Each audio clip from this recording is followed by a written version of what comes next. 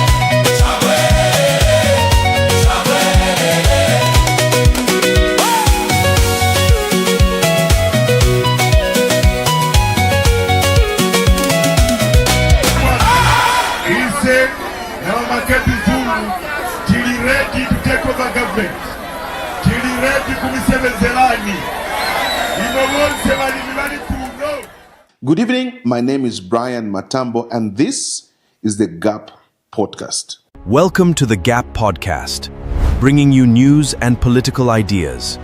Join us as we get closer to our liberation. Tonight, I have with me in the studio here the incoming Member of Parliament for Lusaka Central, Madam Charity Lumpa, and you're going to hear some very interesting ideas that she has. In this series that we're starting tonight, we're going to have members of parliament who are going to be here every single night and sometimes even twice or three times in a day. But we want you as the public to know your members of parliament, know your candidates. And these are reputable people on the RRP and the NRPUP ticket. We have picked very credible candidates, particularly in Lusaka, because Lusaka is the heartbeat of Zambia. And so the candidates are very reputable. These are people of great repute. And we're going to have a good time discussing national issues. And before we go into the program, I want us to kind of look at some of the things that we are faced with in the nation today. And those things have to do with the security of our candidates, the violence that's taking place, and so on and so forth. All these leading up to the elections on 13 August 2026. We are faced with a real challenge. And my challenge to everyone who's watching tonight is that we can see for ourselves the kind of politics that UPND is playing. We can see for ourselves. And so we are able to decide. And instead of playing their games and their dirty games and their violence, and instead of doing what they're doing, we decide to come and sit down and discuss national matters, discuss ideas, because that's the kind of politics that we are building with the Tonse Pamosi Alliance. So, without much ado, let me introduce to you my guests tonight. And this is Madam Charity Lumpa. Good evening. Good evening. Thank you so much for having us. Thank you. Thank you for coming through. I want us to go straight to the meat of the issue. Sure. You're standing in Lusaka Central. Yes. I want us to talk about the issues that affect your constituency. But first, like tradition in politics, when you come on the program, I want to ask you this question. If elected, and they announce the Member of Parliament for Lusaka Central, and this is going to happen in a few days. Okay. So please get used to it. Yes. Okay. When they announce, what things do you see as priorities? Let's say three measurable priorities that you would like to deliver in the first 100 days, and how would residents know whether you have succeeded? Thank you very much for that, Mr. Matambo. What is important, firstly, number one, is to set up places where I can be accessed as Member of Parliament by the communities in the 3 wards. I also have a 4th virtual ward, the ward that I call the Corporate Government and Diplomatic Institutions ward. It may be virtual, but they equally need representation. They need a Member of Parliament they can reach to, a Member of Parliament that can provide the bridge they need between them and government, as much as they can have it directly themselves, but there's also a need to have your Member of Parliament on side. So one of the first things I would do is to establish 2 additional offices, because I know Parliament does give us a parliamentary office, the constituency office. I'll establish 2 others in the 2 other wards, whichever does not have a representative office. And in that office, we'll be meeting weekly with the members of the community through their recognized or established community leaders themselves. And they will be meeting initially with the councillor, so that the councillor can then ensure that the issues that they raise are put together in a format that allows us to sit and review them thereafter. Then once that is done, once a month, I will be visiting the constituency offices throughout the 3 wards, including my virtual 4th ward. And this once a month meeting is again with the community leaders, because understandably we can't meet everybody. But if they choose leaders to support and represent them when in these meetings, that's going to be a great idea for us to engage with the community. And so once a month, we'll have those meetings. And in those meetings, I'll report back to the community leaders what has been done or what has not been done, the challenges that we are facing in some areas, and pick their ideas and their advice as well for how best we can resolve anything that we have failed to do in that particular period. And then once a quarter, we should have a town hall with all the community members that are willing and able to come just to hang out and meet each other, press some flesh, greet each other, get to know one another at a more individual level. For me, that is priority number 1. Number 2, even as we are setting up these offices, we also need to agree per ward. What are the pressing issues as a community? Because at individual level, everybody has a pressing issue or issues. So what would the community agree as their priorities?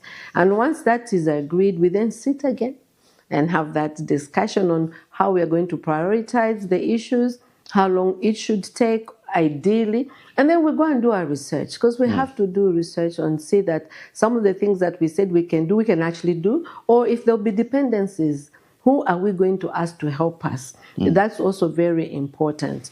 And within that first 100 days, we then agree on the 3rd issue in terms of reporting format. How do I report back to my constituents to say that I'm actually doing the things that they want me to do? So that this particular time, my representation should be about people, first and foremost. And the people must have a say on how this is going to be done. And not everything that we agreed to can be done, but we can then agree on a timeline. When can we do these milestones? And where we fail, we go back and tell them we have failed.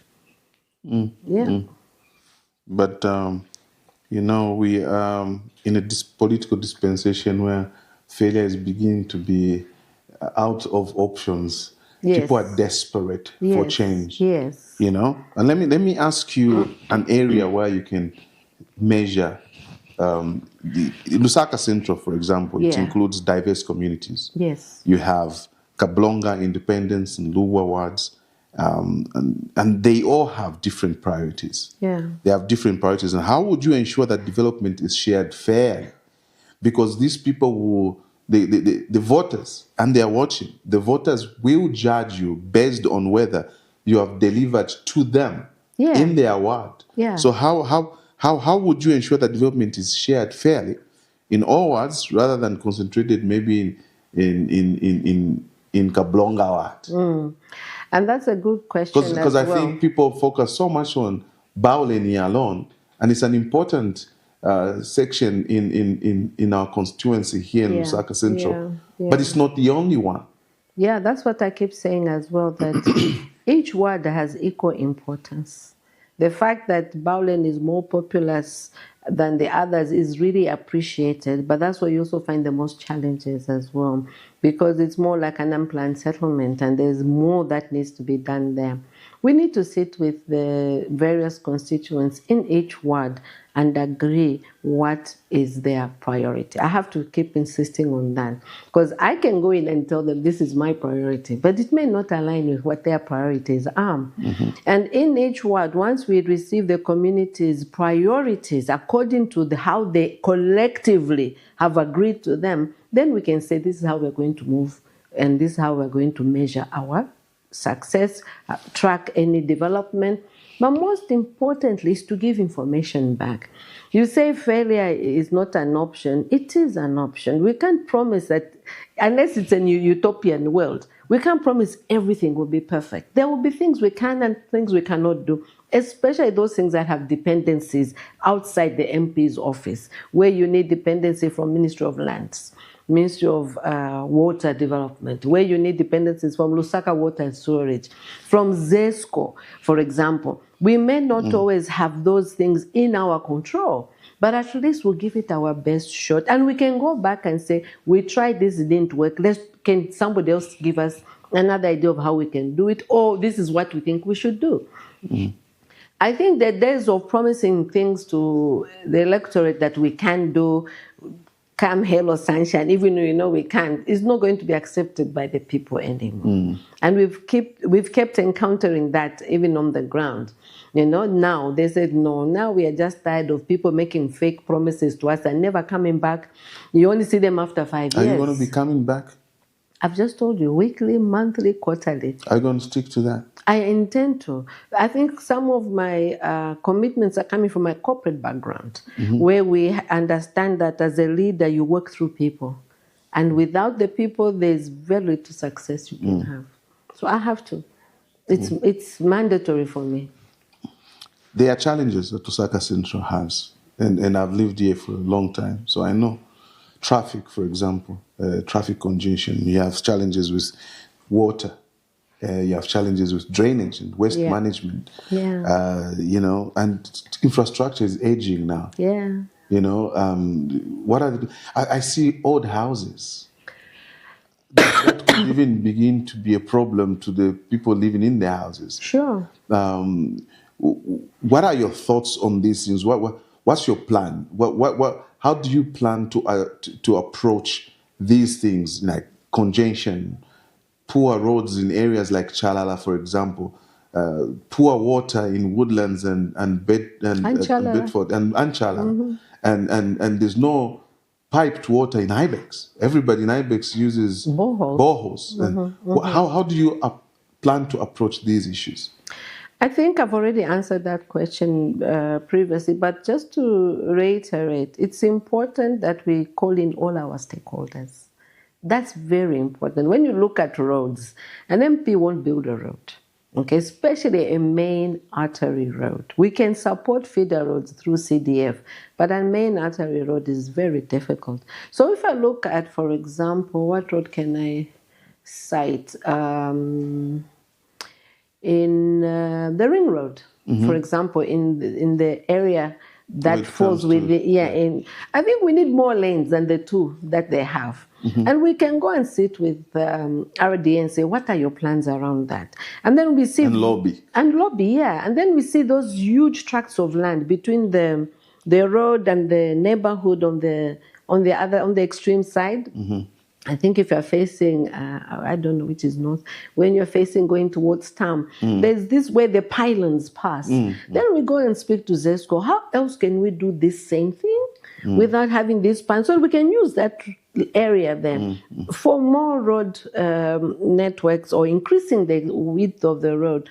And that's so we can reduce traffic. Reduce the congestion that you are looking at. And then within Chalala, for example, there are very few roads there that are tough. There are rocks where there are rocks. So how else can we go in and support putting in paved roads? And I'm sure in the 21st century, there's technology that can be used for that. So we need to do our research. We need to go to RDA. We need to lobby. Are you going to have a research and development department under your office? Fortunately, we just need to. Also, we're going to win without that research and development. And also, the NGOCC has said that they have a research and development unit that we could go into. Under my foundation, the Charity Lumpa Foundation, I also have a research person. So for me, that's a very integral part of my leadership to ensure that the people win. When the people win, I succeed. So your style of leadership is servant leadership. You don't want to go there with your ideas. You want to go there and get people's ideas and implement that. Is that what you're saying? I will go with my ideas only after I've listened to everybody and I share my ideas with them, because some things I will know, some things I will not know, some things they may know, some things they may not know. But how else can we move together if we don't share ideas? We have to. Lusaka Central is more difficult than the questions I can ask. Yes. You know, but I think it's also an important constituency, and it is good to see that it's somebody who's from the corporate world that that is standing in Lusaka Central. And this is why I want to ask this question, because it's not only a residential constituency, but also a commercial and administrative heartbeat, literally of the whole country. Yeah. The capital. It's a capital constituency, if you like. What's your long-term vision for making it cleaner, for making it safer, for making it more competitive, a more competitive place to live and work and invest? And rentals in this place has skyrocketed. You know, people are paying through their nose to live in Lusaka Central. What are your ideas to deal with those things?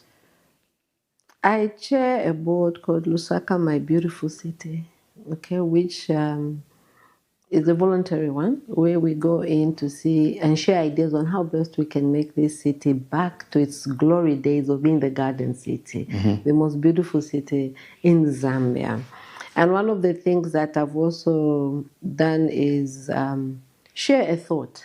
And I've shared this on my social media to invite all the other parliamentarians that when we win, irrespective of party, we need to commit collectively and individually to beautifying Lusaka, to restore it to its heydays, because no one MP can do that alone, okay? So we need to help government as well. And also we realize that there are bylaws that were set in place to ensure the city looks good, looks neat, there's responsible waste management. We need to revisit those bylaws. Why are they not working? What has happened? Thirdly, we also need now to start exhorting our people. It's also their city. It's their responsibility to make sure the place looks nice. That's right. To make sure the place looks good. To be responsible for waste management in a responsible manner. And not to leave it to Boma or what have you. I have seen children as young as 5, 6, 7 walking with their parents and just throwing litter anyway, little wrappers after they eat. And the parents just move on. We need to come back to the days when parents were responsible enough to tell the child, pick that up. Let's go and throw it at home. We need minibuses to be able to have a rule that you can't throw anything out of the window when you're in this minibus. Or take your rubbish home with you and throw it away. No buses can have a bin. They can have a bin, but I'm just saying it's not hard to carry your rubbish in your bag and throw it back home when you get there. When I carry passengers in my car, I tell them, do not throw anything out of the window. I will stop and they will go and pick it up. It's important we go back to those days and say it is my choice to have a clean environment. It's not government's choice alone. Let's talk about safety in terms of security. And then when it comes to safety, we need a lot of street lights. There are a lot of places that have street lights, and unfortunately, even those that have solar street lights, the solar batteries have gone off. They've been stolen. Yeah, the panel has been stolen. So this is what I'm saying: civic responsibility. And if you see somebody doing that, report to the nearest police. And we need the police, especially the council police. I remember when I was growing up, there was a lot of council police to ensure safety on the streets. We need to understand what has happened. Where have they gone? And see how best we can reintroduce it and allow people to have safety on the streets. Nowadays, a lot of people run away from the police because they don't know whether these police are going to defend or protect them or will attack them, because that's also another aspect where we see. That's also another issue. People are no longer sometimes safe. I actually wonder how we have so many police chasing politicians, but there's no one to look after the infrastructure. I mean, sometimes there's so much congestion on the road. There's no traffic police to help. But you find other police stopping vehicles somewhere collecting money for And you find them we where, have a balance? Exactly, and you find them where traffic lights are working.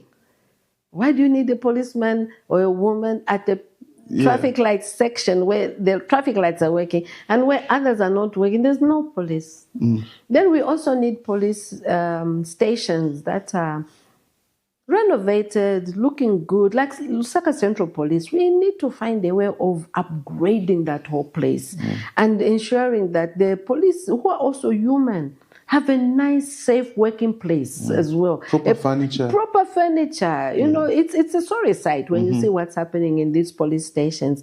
They must also have vehicles. Why is a vehicle, police vehicle, needing to have CDF on it? I mean, really, these are things we must buy for the police as a matter of course. Through the Ministry of Home Affairs. Through the Ministry of Home Affairs. Not CDF. Not just CDF. If they need an extra one, maybe an extra ambulance, maybe, but not just one, like the police station in Chalala. Because that looks like it has no vehicle.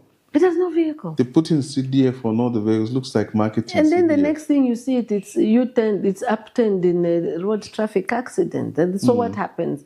I just think we need to go back to normalcy because now the abnormal has become normal. We've accepted it. No, let's go back to the days when police were police. They had gear. They had bicycles. They had Hondas that they could use for their mobility. They had radios. You know, we need to go back to those days. And for me, radically, I also think that all the prisons in Lusaka must be moved to the outskirts and repurpose this land and build new modern prisons as well to enhance the security of those that are inside, because these are supposed to be reformatory. They're not really just punitive. Yes, yes, that's true. That's true. Lots of ideas. Let's talk about young people. Yes. And you've come with a councillor here, Harriet.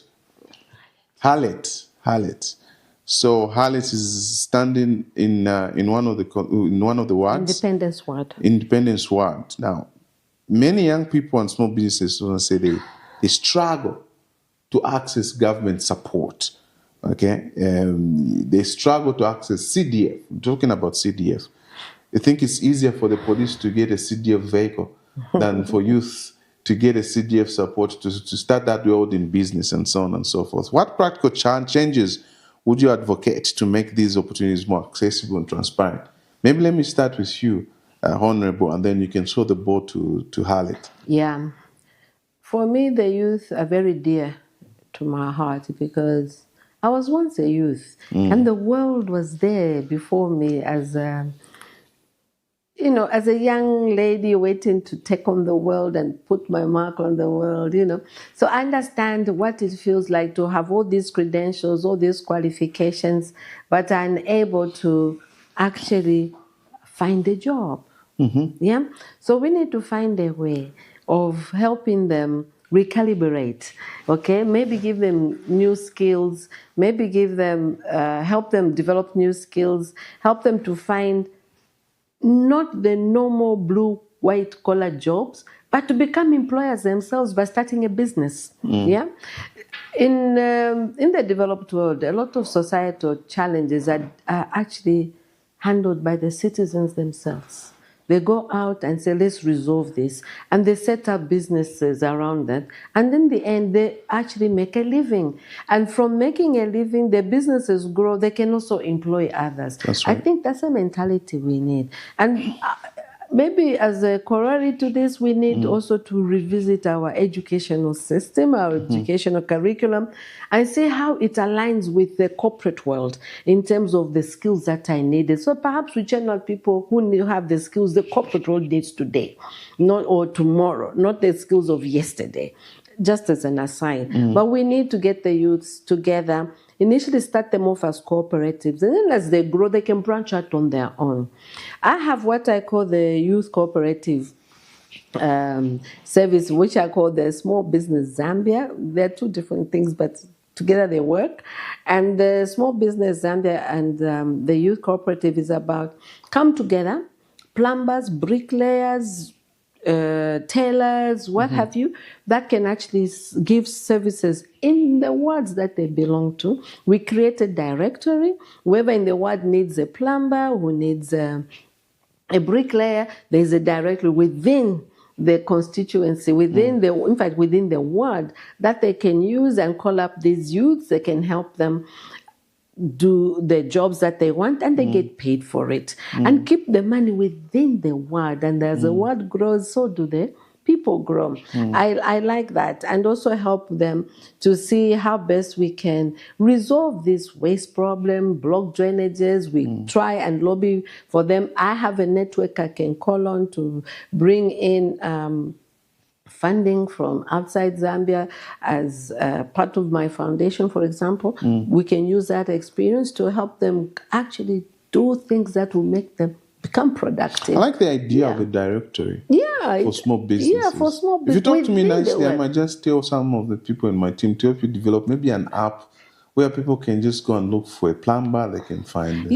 But we need opportunities to be given to the people in the ward. Absolutely. So that they can do that. And even the people who are given these opportunities, it's not just because you're in the ward that you're getting this, but because you can deliver an excellent job. Sometimes quality is also not something that people pay attention to. How are you encouraging the people in your constituency to protect the vote? Because obviously, there's all kinds of talk as we go into the election on 13 August that we need to protect the vote. Most of you candidates on RRP and NRPUP, you've basically won the election. You've basically already won the election. But the question is, will it be stolen? So now, how are you encouraging the residents, the voters themselves, to protect their own vote? Firstly, we are encouraging them to vote. Okay, they are the holders of the decisions about their future through that vote. That's right. Because we've encountered a lot to say, I'm not voting. These politicians, they're all the same. So we said, you can't continue like that, because then you are not part of or deciding your destiny. You need to vote. So we're encouraging people to vote. Now, to come to the vote protection, we're also telling them, when you vote, hang around. Don't leave, because it's important that when the vote is counted, you're also available. We've also seen these acts of violence in the past by-elections. The question that all the members of parliament need to answer, and councillors, is how do we protect the vote? And how do we do that through the voters themselves? If I can add to that question as well, is that there are those who have decided not to vote, and we are encouraging them that they must vote. It's important for them to vote as their civic responsibility as well as constitutional right to vote, no matter how they feel, because it's important that they're also taking a decision that affects their livelihood, their lives, their future.